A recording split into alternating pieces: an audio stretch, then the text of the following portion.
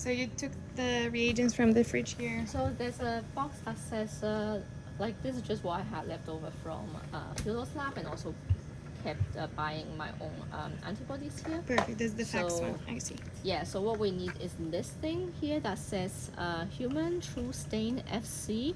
So this is the blocking reagent that we need to use first. Mm-hmm. Okay. Take pictures of these things. Okay. Okay. All right. So and then the fax buffer I already made up. So this is the staining buffer that contains some EDTA and 2% FBS, and it's good for maybe 2 months or so. Mm-hmm. And so the amount that we need is, so each well should get 1 microliter of the FC blocker, and the volume that you need to make it up in is per well is 50 microliter.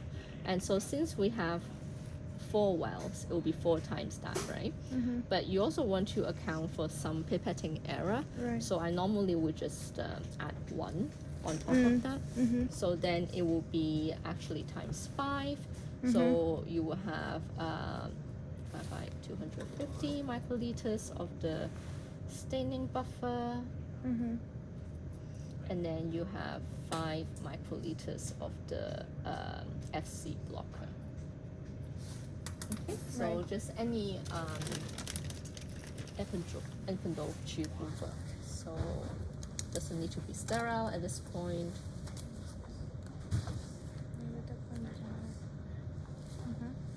Because we want the ratio to be 1 to 50, so we'll add 5 of the FC blocker to 250 of Yeah. the staining buffer. 250.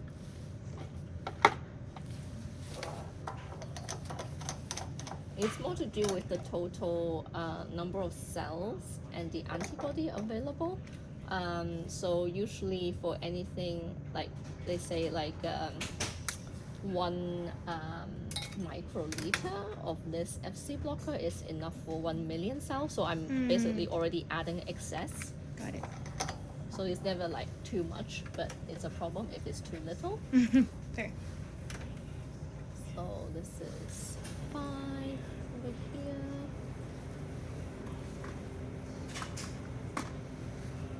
This block over here.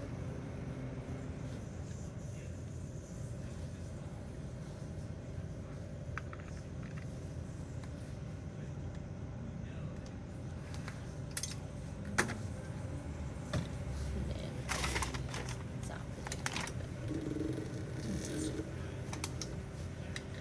Okay, so I'm gonna leave this one here. I'm gonna use it. You just mixed it in the vortex, right? Yeah. Mm-hmm.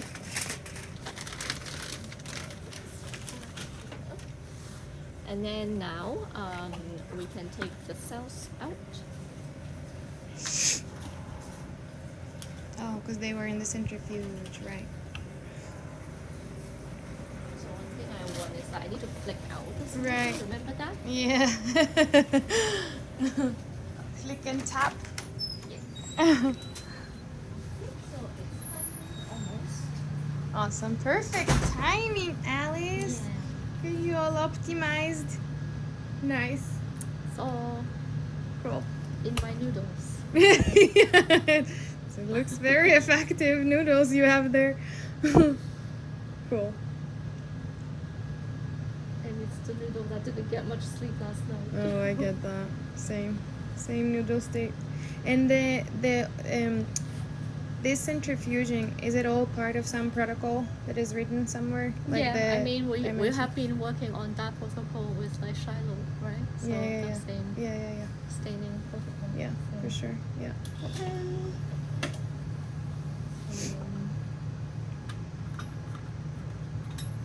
I think we can keep using this to Mhm. stain as well, Sure. since the other people are using it. So we can see some kind of like cloudy things there. Those are our cells. Uh-huh. Alright, so Right, because this is the nutritionist material that the cells were in, and we want to get rid of that. That's why we spent the Alright, cells. so remember this The motion? magic part. So, Yeah. and then bit, you want to loosen the palette, so what we can do is turn this on and then just Loosen the palette mean like unstack it from the unstuck it from the bottom. plastic, yeah. Yeah. Mm-hmm. Okay. Cool. Alright, so then we have, you can then add 50 microliters to each well. And we don't have to mix them. And we can just keep doing it in the same wells. Yeah, we're using the same pipette, that's Cool. fine. So, this one. So now, 2, 1, 2. Oh, because you're not touching anything. Exactly. You're not touching the cells, you're just putting it on top of that. Yeah. Which is why you can use the same tip.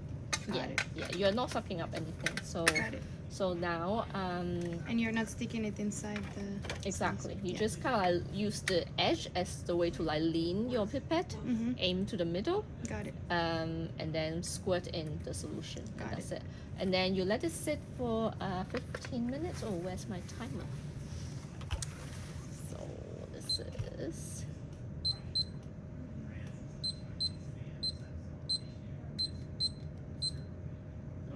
15 minutes. Mm-hmm. You put it in the fridge. Yeah. Mm-hmm.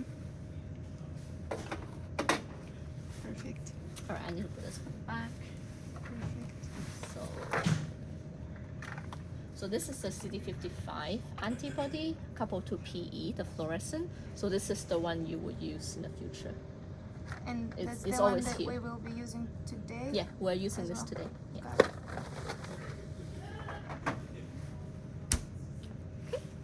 Is this time for a break, or is there anything to do in parallel during this 15 minutes? There is. You can figure out like what is the volume you need to take for your sample, like your 5 million or something like that. Mm-hmm. And that's it. So we come Meaning, I see. The So calculation. from using the same calculation that we took from those plates to Yeah. get the number of cells we have this minus the amount we took out, I can figure out which volume can I take from each plate to get the 5 million cells that I want Yeah. as input for my nanopore sequencing for each of them. Exactly, which we can do a quick one here. Like Yeah. for example, like right now the concentration is roughly. I like, have this. Okay, here. so like for example, this one. Yeah. I mean, you should take sample for both, right? Because the other one is a control. So, Yeah, for sure. So you've got. So this is the concentration right now, 648,000 cells per mil, and Right. if you want 5 million, Yeah, which is 1, 2, 3, 1, 2, 3. That's 5 million right. divided by 648,000. Thousand. Yeah, You will need 7.7 mil, yeah, right? that makes So sense. then let's write this down. You would need for 5 million need 7.7 mil. Yeah. And so how many mils do we have right now for each sample? We have a total, what I suspended them in is 9 mils because I have 9 3 means wells. in each of the wells, or No, across 3 wells. across 3 wells? So I have 3 wells, that is 3 mils each. Okay, So total I have like 9 mils of the cells. got it.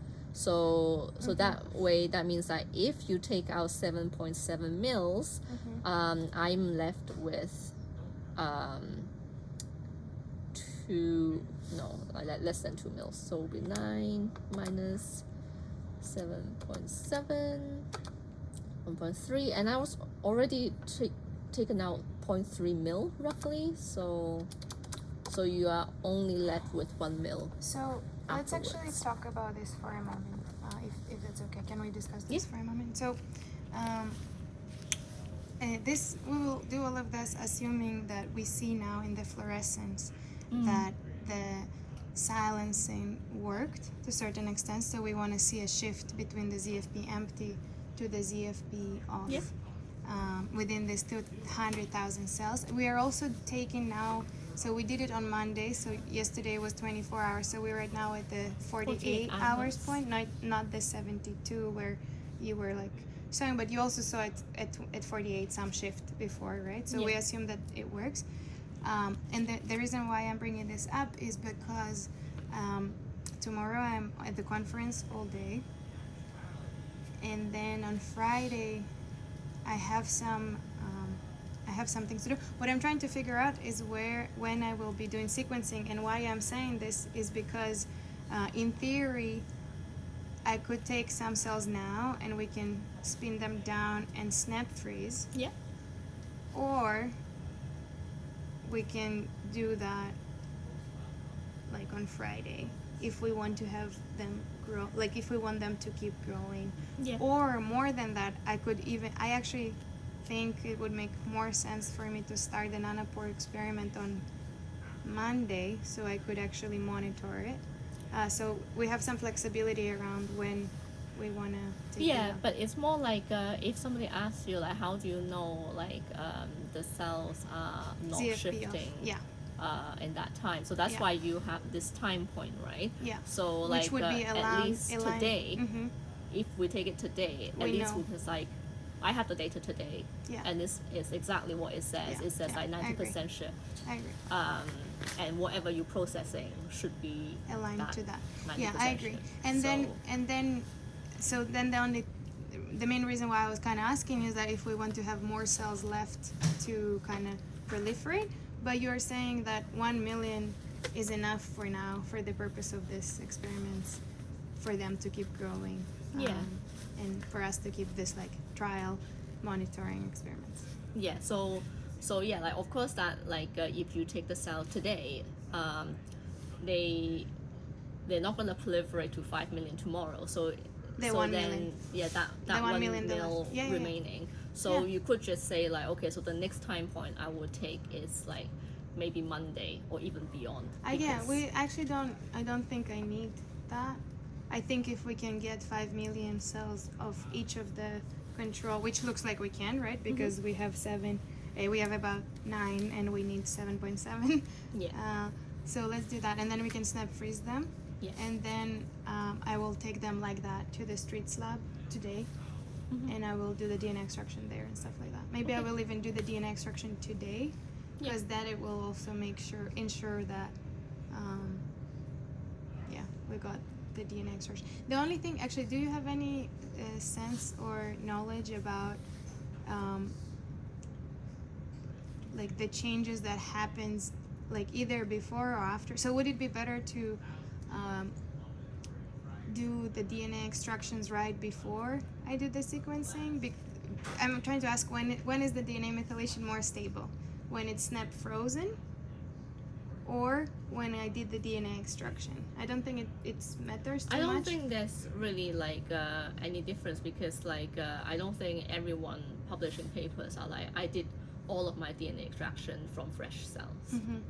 Pretty sure most of us are just like collecting the samples and Yeah. then processing them. I was kind of more asking about like if I do the DNA extraction and then I put them in the fridge in 4 degrees Celsius.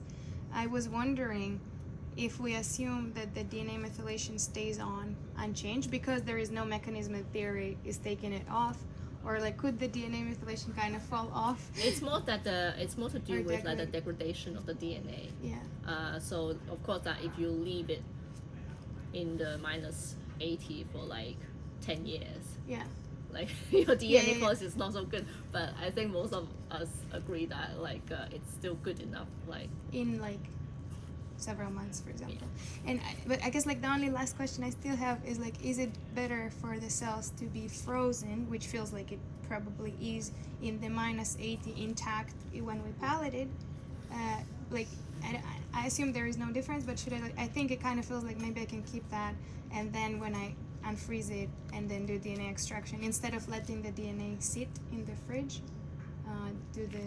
basically what I'm trying to ask, Do we expect the Oh, DNA whether in the the fridge? Because I will. DNA in the fridge is, well, If we that lose I don't know methylation, because yeah. I don't process methylation. I haven't looked at that, so Yeah. I don't know. I will read more. I was chemically trying to how find, stable they like, are. I think the belief is that it's okay, but I don't know. I But haven't then seen much about I think methylation. my theory is that because I don't know, Mhm. and I know that at minus 80 the It's cells okay. are stable Yeah. for at least Yeah, 6 we'll months. do that. Mhm. Then I rather do that. Yeah. That's what I was also feeling. Yeah, that's good. I think also the default is like definitely like overnight in the +4 is the reality. Also, I think the same argument that people like would probably split the experiment into 2 days or whatever. Like, and I have been doing that so far. Like sometimes I would do the DNA extraction one day and then the DNA sequencing the next day. And I think we in the lab definitely have been very comfortable with splitting these two. But it was mainly because people cared about the DNA, I think, more, and like staining the methylation, adenine sequencing and stuff like that. They didn't really care about methylation for CpGs, but I will look more into, like, if anyone studied that much or something. Cool. Okay. Perfect.